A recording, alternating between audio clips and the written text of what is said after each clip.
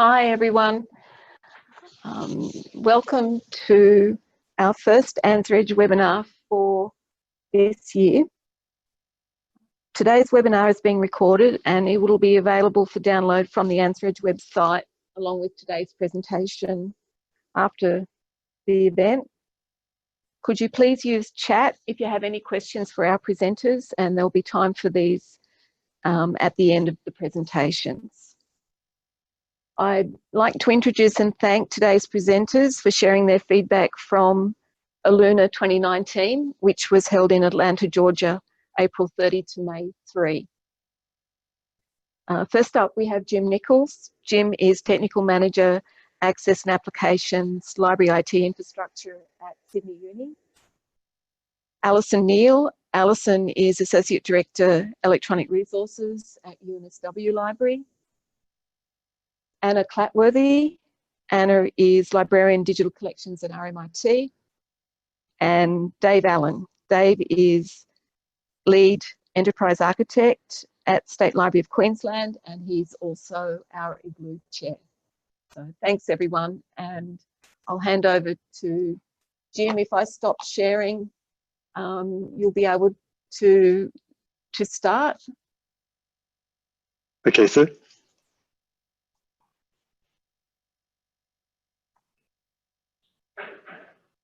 Or would you like me to keep sharing the presentation? Sorry, I'm following you now. Let's see. Yeah, maybe better if you do. I don't know how to share a screen in Zoom. Yep, that's okay.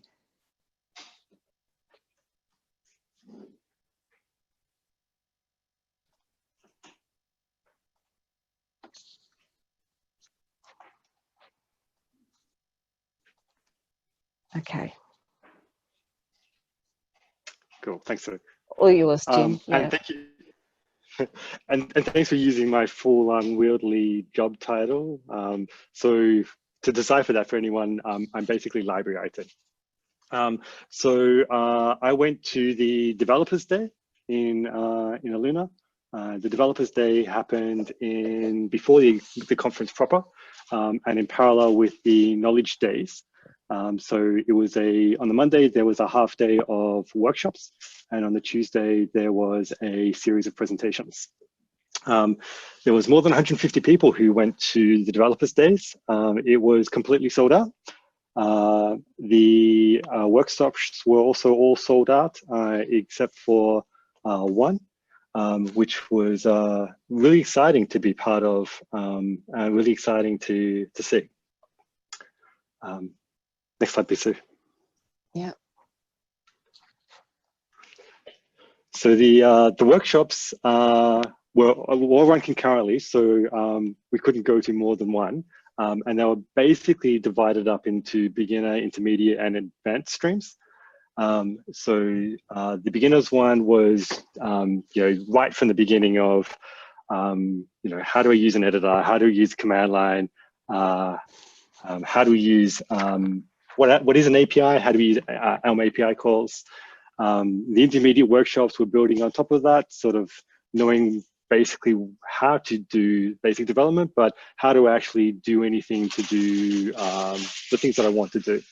The advanced workshop, which is when I went to, which I found to be extraordinary, was about Primo development. And it basically taught me that I was doing Primo development completely wrong. He showed me a way to do it with Docker, which made Primo development, I wouldn't say pleasurable, but certainly a lot less painful. So the advanced workshop was the only one that wasn't completely sold out in SCED. The other three were completely sold out, completely packed, which I thought was really, really exciting. So next slide, please. So after the workshops were the presentations. And so everyone who did the workshops went on to the presentations. I think some people came just for the presentations because the counts on the presentations I think were higher than in the workshops. So it was a full day of presentations, and basically broken down into 4 themes. And one kind of presentation which wasn't the themes, which I'm going to call out anyway, was a presentation on library security and should we be concerned. which opened the whole presentation day. So it was the first presentation off the rank. Yeah, we kind of set the scene for that day. But the themes on the presentations were things like automating ELMA. So there was presentations on using Box to get analytics reports out, using the scan in items API to move items in bulk out of work order departments, processing loss processing, and a really cool presentation on using the developers console as a way to automate repetitive tasks just by sending API calls through the developers console. So it was if you've never used the APIs, it's a kind of a zero barrier way of just kind of getting started on just basic things. The reportings were things like promoting student success through data, using D3.js to do visualizations from analytics APIs. So going kind of beyond what the report, or what kind of the charts can do in analytics, and creating dashboards for management and things like this, and using stats for high demand items with Python. Another theme was development techniques.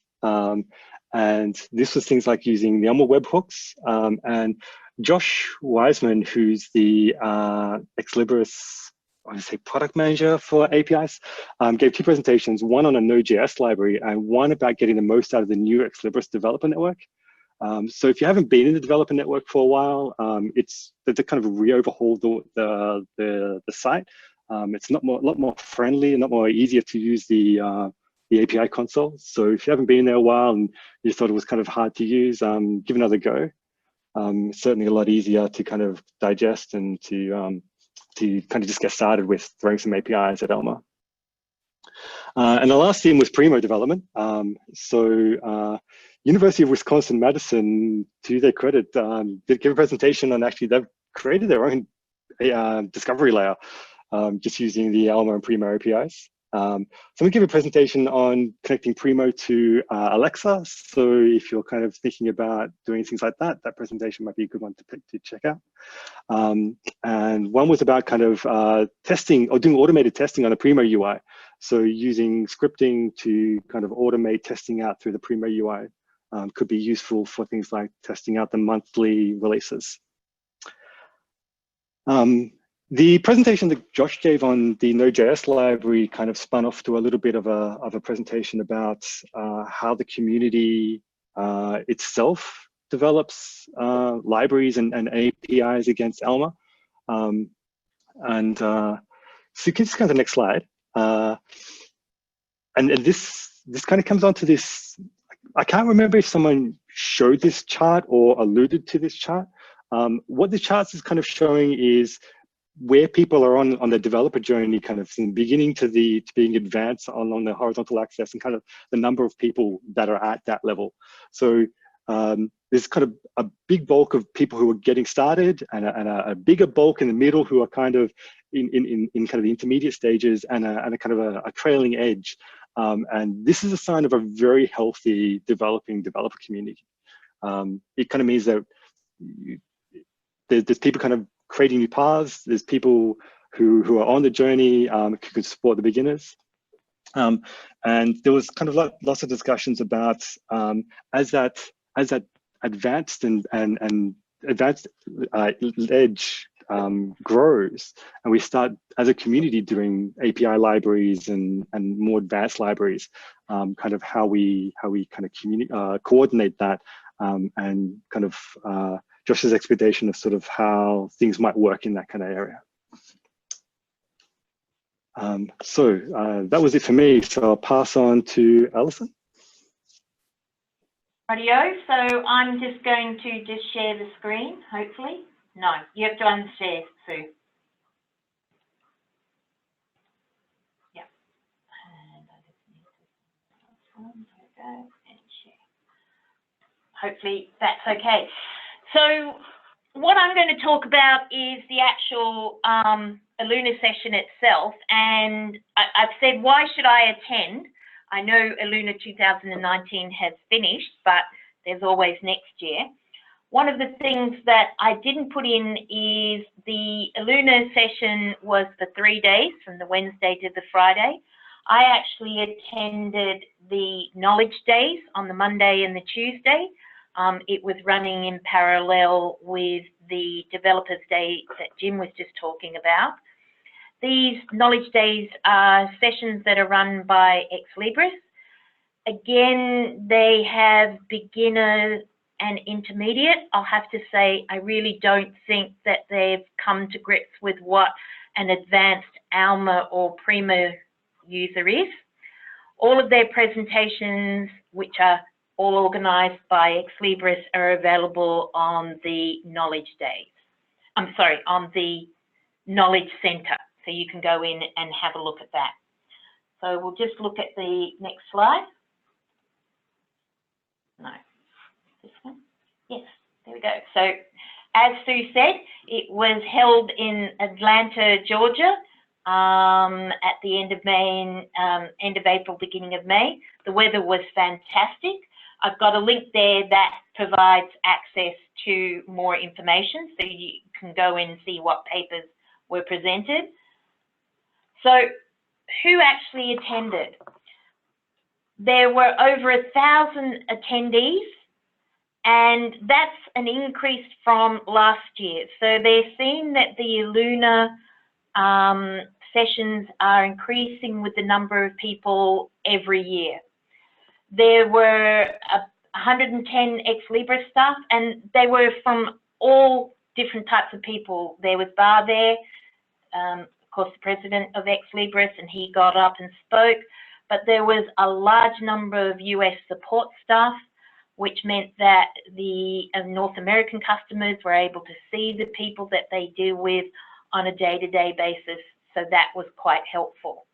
There were 5 people from Australia, even though only 4 are presenting, and you know who they are. So we weren't overly represented, but all we had to do was open our mouths and everyone knew where we came from.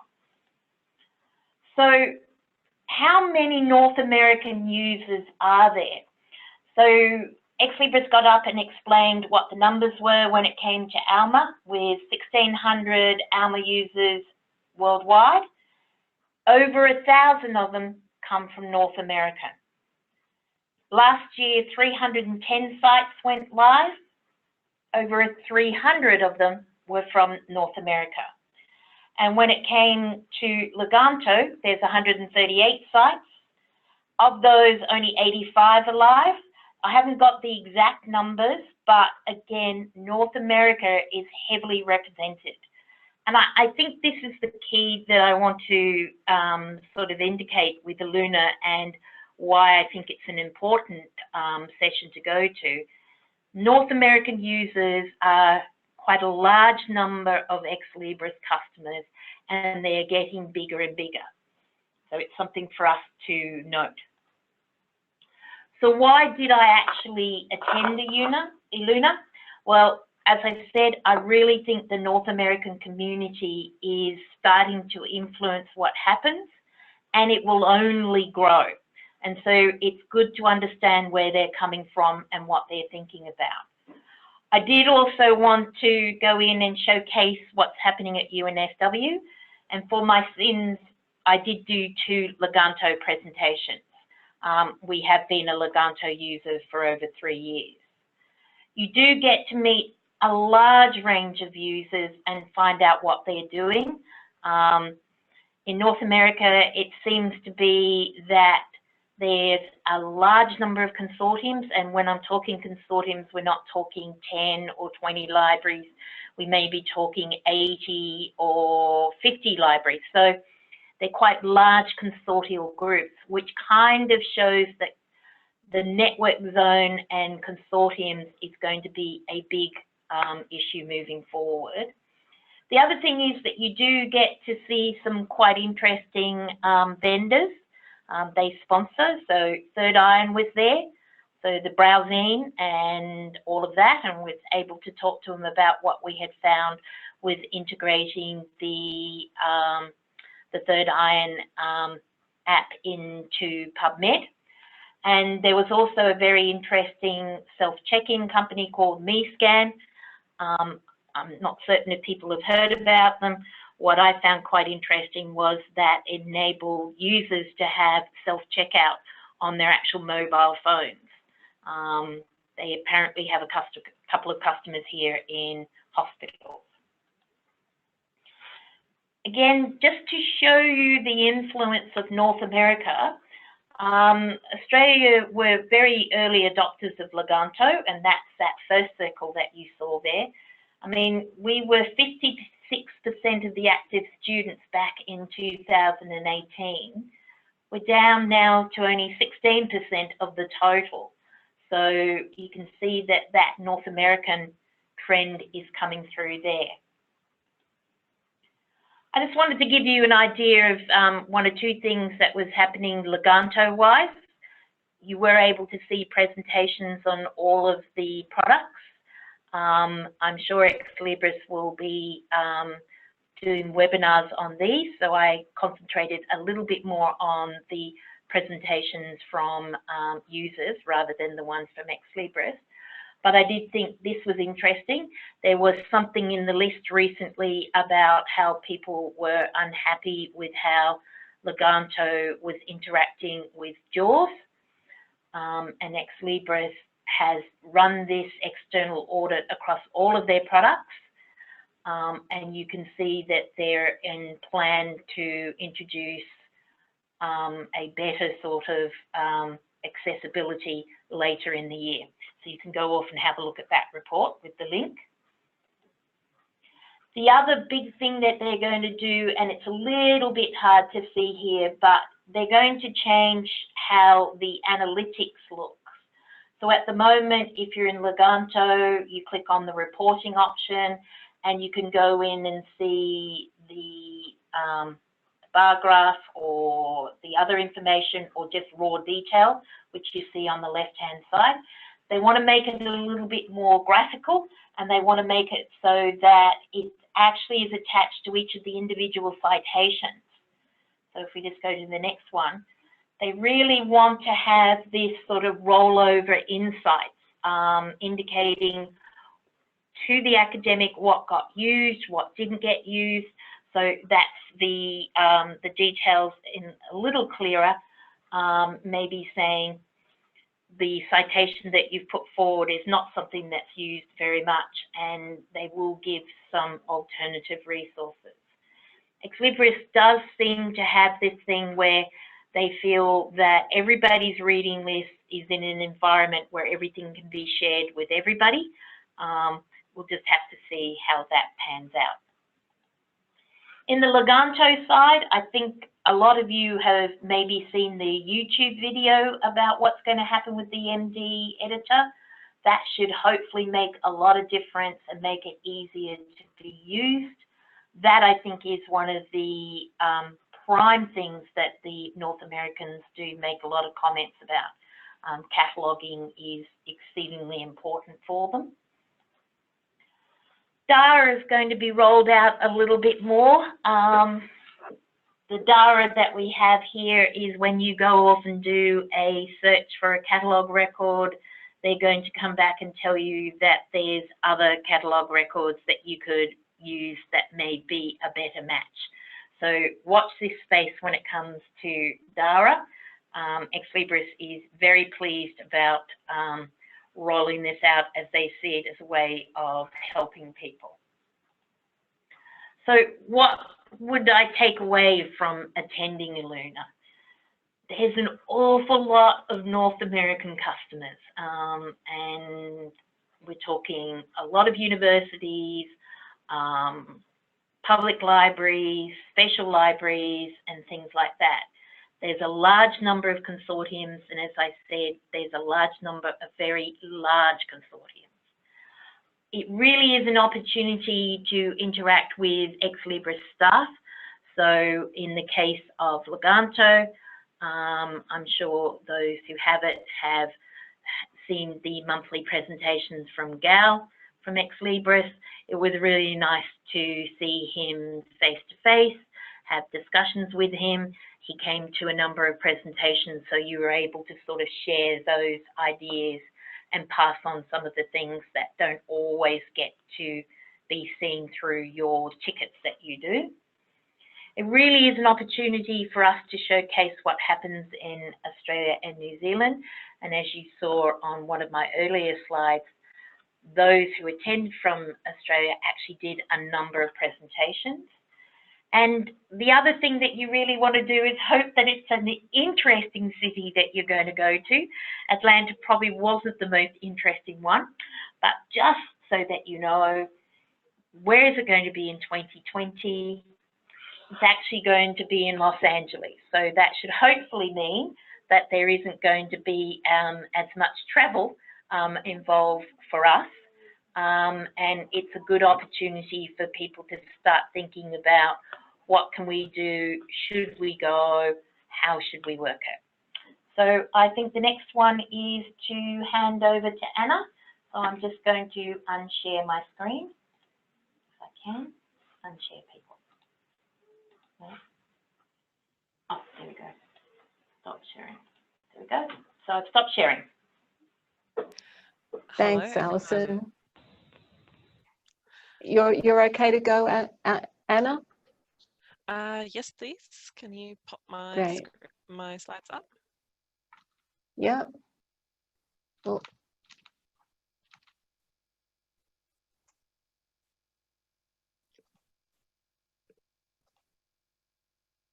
can you see them? Yes, I can. Great.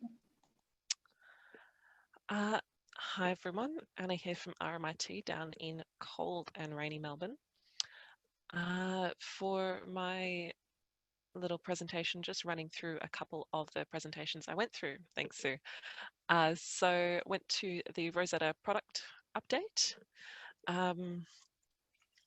The main takeaways were that with upgrading Java, a couple of things are changing, including losing the JPEG 2000 file viewer and changing AV viewers. So instead of using the JW player, be using an out-of-the-box Ex Libris player, which apparently is the same one that we use in Alma Digital. If you have that, you can have a look at it. What is very exciting for me as someone who's just gone through Rosetta implementation is that in the next Rosetta updates, 6.1, 6.2, the latest one is currently version 6, they'll be changing the UX to make it more workflow oriented. At the moment, everything's kind of in drop-down menus and you have to know what to set up before you can do the next step. Something with a wizard, numbers. Can everyone hear me?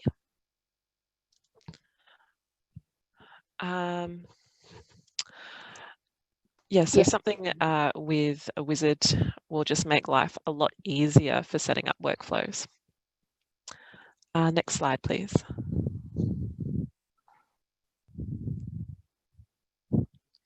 The Alma Digital update. As you may know, RMIT are very involved users of Alma Digital, and we have a lot of our content in that system. Coming up on the roadmap, for Australian users, some things that I think would be interesting is for people who are thinking of moving into Alma Digital for the digital asset management. So if you already have records in Alma and you have, say, a link to an internal server to the 856 to that sort of file, that digital object, Alma Digital can now create a representation and a file from that 856 link. Also, for people looking to move into Alma Digital, there will be support for an Excel deposit, so you can just pop all your information in a spreadsheet and deposit it. And Ex Libris are looking for migration sort of partners. So if you have, say, Content DM, DSpace, Aquella, etc., and you would like to move into Alma Digital, or you're interested in moving into Alma Digital, they would like to work with you around creating a workflow for that. RMIT sort of did a manual migration from Aquella into Alma Digital, which was beset with problems. But all worked out in the end. It would have been, yeah, I would say it'd be a great opportunity to sort of nut out some complexities in the workflow and smooth the way for people behind you if you chose to do that. And I've got lots more information on those slides for people to have a look at. I didn't just want to read out the whole thing. Next slide, please. So this was my presentation. As Alison mentioned, the APAC region was, I don't know, overrepresented, I suppose, in all the presentations that we did, and this one was mine. At RMIT, we implemented ALMA Digital in 2017, 2018, and then late 2018 up to still doing it now, we are implementing Rosetta. Because we had all of our digital content in ALMA, we had to decide two things, what we would put in which system, and if we were going to move some things across from ALMA into Rosetta, how would we do that? So my 45-minute presentation, which the slides which I can send through, was on the decisions we made around what goes where. So we decided that Rosetta was for long-term permanent storage, digital materials of long-term value, so digital archival materials, also things that are going to be open access. Rosetta is going to have a very restricted system use, only a couple of staff members, while ALMA Digital is used by a variety of teams. A lot of them are around digitized course readings, library purchase, digital resources, things like that. Obviously, preservation master files go in Rosetta, whereas access files where we don't have preservation files go in ALMA Digital. And then we had to decide, how do we get it across? So for a lot of our digitized archival material, so things from our downstairs archives collections that we'd had digitized, we had the access copies in ALMA Digital already because they lived in our legacy system Aquella, and I just moved them across with everything else. What we did have though was the preservation master file sitting on the RMIT hard drive. So I would have, you know, the PDF, the digitized book in ALMA, and all the TIFFs of the individual pages, etc., sitting on my computer. So what we came up with, working with Ex Libris, particularly Alex and Sanelco, was to publish the records via OAI from Rosetta, from ALMA into Rosetta, sorry, and then create an XSL transformation file, which we pop in Rosetta as part of that workflow, that tells it to look at the records that have been imported, and then look at an XML mapping file that we've created that tells them what record goes with what file, and then Rosetta looks at a file, at a folder in the hard drive, scoops up those files and adds them to that record. It works, but there's a lot of trial and error to get there, and I'm very happy to talk more on that if you'd like to contact me as well. Next slide, please. So Insider Apophenia was the first presentation that I went to at ELUNA. I didn't go to Developers or Best Practice Day, I just went to ELUNA itself. And it was one of the most interesting. The theme for this year's ELUNA was data all around us, something like that. And this was a presentation on data and what we do with it. So apophenia is when you see shapes in clouds, when you see patterns which may or may not actually be there, like we see faces in the front of cars, that kind of thing. It's something the human brain does. So the presenter was asking, when you're looking at data, are you actually getting useful information out of it, or are you creating patterns where there might not be patterns because that's what you want to see? So she had some really interesting questions to think about before you even start collecting your data. How do we know what we're collecting? I know there's sort of a black box that happens between ALMA and ALMA Analytics, and the same possibly for Primo or even Leganto Analytics. So we've got to think about, do we actually know what's being counted when we look at those things? And then also, is it important to know this? Like, are we just collecting data for the sake of collecting data? I think a lot of universities are probably guilty of doing this. And if we are collecting it and we want to look at it and run reports on things, is it going to change anything? So something that may affect change would be sort of cost use data, which is something we're very interested in collecting at RMIT. So that is worthwhile and useful to collect and analyse. If we're just collecting things for the sake of it, maybe that's work we don't have to do. And then also think about retention and disposal. How long do we need to keep it for? Do we have an archival policy? When are we going to delete things, etc.? This was possibly more US based, but applies to all of us. Don't collect information we don't need. So really, we don't need to know what gender our students are. We don't need to know what ethnicity our students are. The presenter used an example where they did, I think it was an office survey, asked for gender. There was one transgender person in that office, so they all kind of knew who that was, even though it had been anonymised. So just, you don't need to do that, and especially in the US, don't do people's social security numbers, which apparently happens. Users should know what you're doing. So let everyone know if you're collecting data on them. It's polite and it's informed consent. As I said before, have a deletion policy. We don't want to have big banks of data sitting around because then it can be accessed. We don't want to be Google, we don't want to be Facebook, we don't want to have things hacked, and I think we don't even want to have things available for people to come along with warrants to have a look at. And her final point was knowing the what, knowing the data, we can count as much as we like, but unless we ask people, and she had an example of surveying actual students in the actual library, we won't know why people have done things. There are this many logins to Primo, for example, but maybe logins are going up because we have changed how Primo looks. Maybe logins are going up because we've changed education around logging in, that kind of thing. But the data doesn't mean a great deal if we don't know why people are doing anything. And that's all from me. Thank you. It was too quick. Sorry.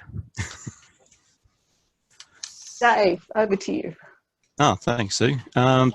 Yep. If you want to flip over to the next slide.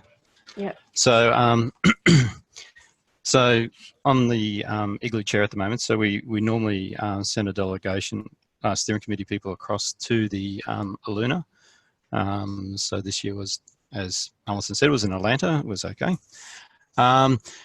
I'll just go with some quick highlights more than anything, because for some reason, all the interesting sessions I wanted to go to, I couldn't go to because of other meetings.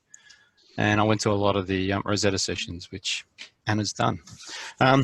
One thing that was of interest was this, there's this new concept that they're going to create an ALMA App Center, where you have a sidebar where you can click on applets. I suppose that's a nice way of putting it. And you can actually start using those applets with your ALMA application. So it's still in early stages at this stage. We'll see how it develops, but Ex-Libris have kind of like indicated that this is for the developers.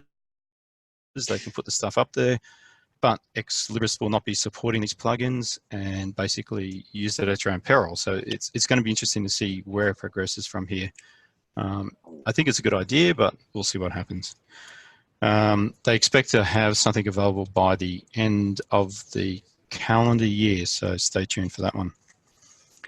While we're there, IGLU and ELUNA were discussing some way to integrate NERS back with IDs Exchange. So we all know about IDs Exchange and NERS.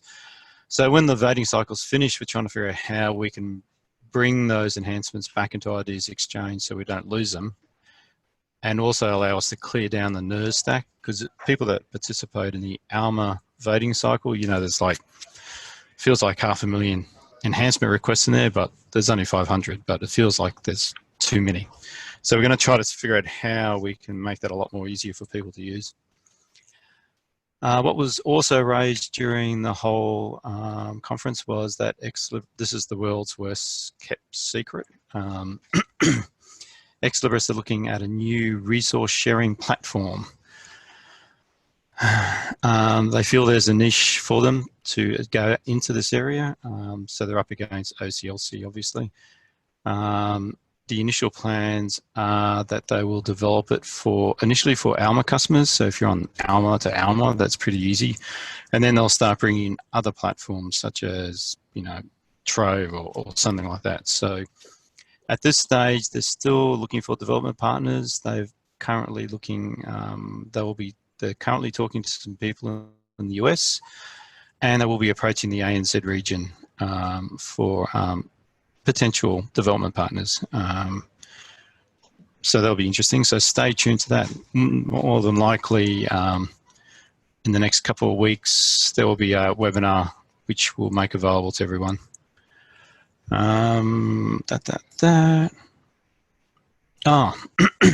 More boring stuff. We used to have this thing called special interest working groups, which were like the analytics and linked open data and developers. We decided to turn them into working groups, and now it's become more complicated. It started complicating things a lot more, so we're now going to call them service groups. Because if you have a look at the analytics group, they're really providing services to like Alma, Prima, Leganto. So we're going to call them service groups or something similar. So there's no confusion amongst the community about what they're up to. While we're there at the session, we had a discussion about the Esploro. This will be of interest to Meredith, who I saw on the call somewhere, and whoever else. But anyway, and obviously Anna. There's a push by the ELUNA team to steering committee to create an Esploro working group. We've had long discussions with them about this. They've agreed that it's way too early, but they're going to create an Esploro task force to determine when we should have an Esploro working group. So it's like having a group for a group. I don't know. Anyway, I'll be keeping an eye on that. I spelled Gaul wrong. It's G-U-A-L. That's my mistake. So we also had a lengthy discussion about the Latin America regional group. There's, as you may be aware, the Exlibris/ProQuest have brought back all their distributors in Mexico and Brazil. They're now part of the big ProQuest company. We're now looking at creating a Latin American regional group. There's going to be some interesting discussions around that. I've told them to have a look at the ANZREG constitution and how they do things because it's applicable to them. So they're currently looking into the ANZREG and how they do things. Obviously, I went to the ALMA UX meeting. For the people that didn't get to go, the ALMA UX people expressed our dismay about how the project is going. We're not happy with the level of involvement from the UX testers in the ALMA thing. They seem like they've asked us a couple of questions, then they disappear. It's not as active as what it was last year when they were actually doing fairly intensive UX testing. I think, is Megan on the call? I think, yeah, so it's hopefully we'll get that back on track again, but as Alison said, the new metadata editor should be out by the end of the year, and we'll see how that goes. That's about it from my point of view. Just remember, Igloo's having their conference in Singapore, which is just up the road. It's only one flight away, unless you're coming from regional Australia. Over to you, Sue. Thanks, Dave.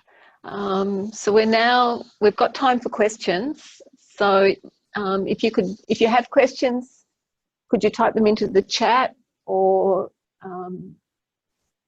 raise your hand if you've got a question that you'd like to ask any of the presenters. While we're waiting, I'd just like to thank Alison, Jim, Anna and Dave for being part of today's webinar. The recording will be up on the ANZREG website after the event. And we'll have there are some more ANZREG webinars coming soon. And there'll be some notifications about that coming out on the ANZREG list shortly. I'm not seeing any hands go up. There is a chat, Sue. When are we getting improvements to the metadata editor? That's the end of the year, Dave? Yep, that's correct.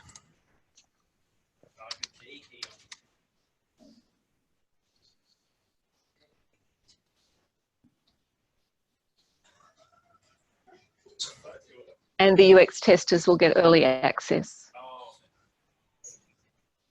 So is it the same? There's a question there from Lachlan. Any timing for the provider zone? Oh, is that what they call it?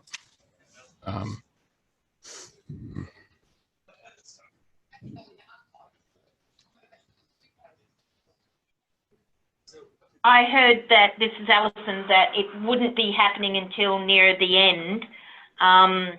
I was really hopeful about Taylor and Francis because that was one of their providers, and I was thinking, woohoo, we'll be able to get our Taylor and Francis community zone up and running, but they haven't even had the real firm conversations with them yet. That's what you heard, Dave? Yep, that's correct. They're currently in negotiations with a couple of vendors at the moment, which they should be loading up. Like, I can't remember. I'm getting my meetings mixed up, but it's primarily going to be there to boost Rialto as the next flagship product. The Rialto product will be built on the Alma platform. So I don't know how that's going to work with Oasis either, but basically it's going to be interesting. And then there was questions like Eb said, how do they go about ensuring data quality and all that sort of business?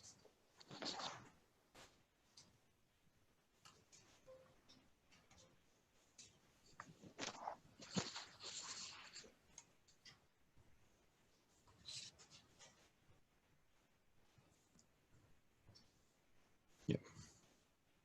And Ed's just posted a comment. One of Taylor and Francis is one of the provider zones, so I thought that was a good thing for us in the community here in ANZ.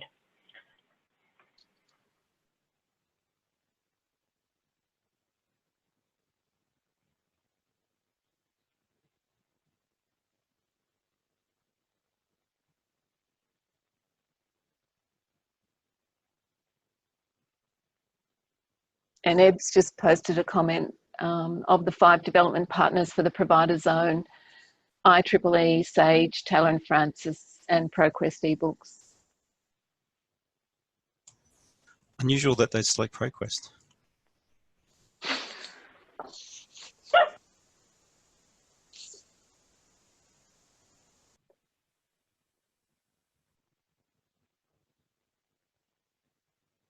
Okay, any more questions? If not, we might wrap up. And just a reminder that we have Igloo coming up 27th to 29th August, and we also have the ANZREG conference coming up in October at Bond University. Stacey, do you want to make any announcements about the proposals for ANZREG conference? No, sorry to put you on the spot. Okay. Thanks again, everyone, for joining the webinar, and special thanks to Jim, Alison, Anna and Dave for sharing. Have a good day, everyone.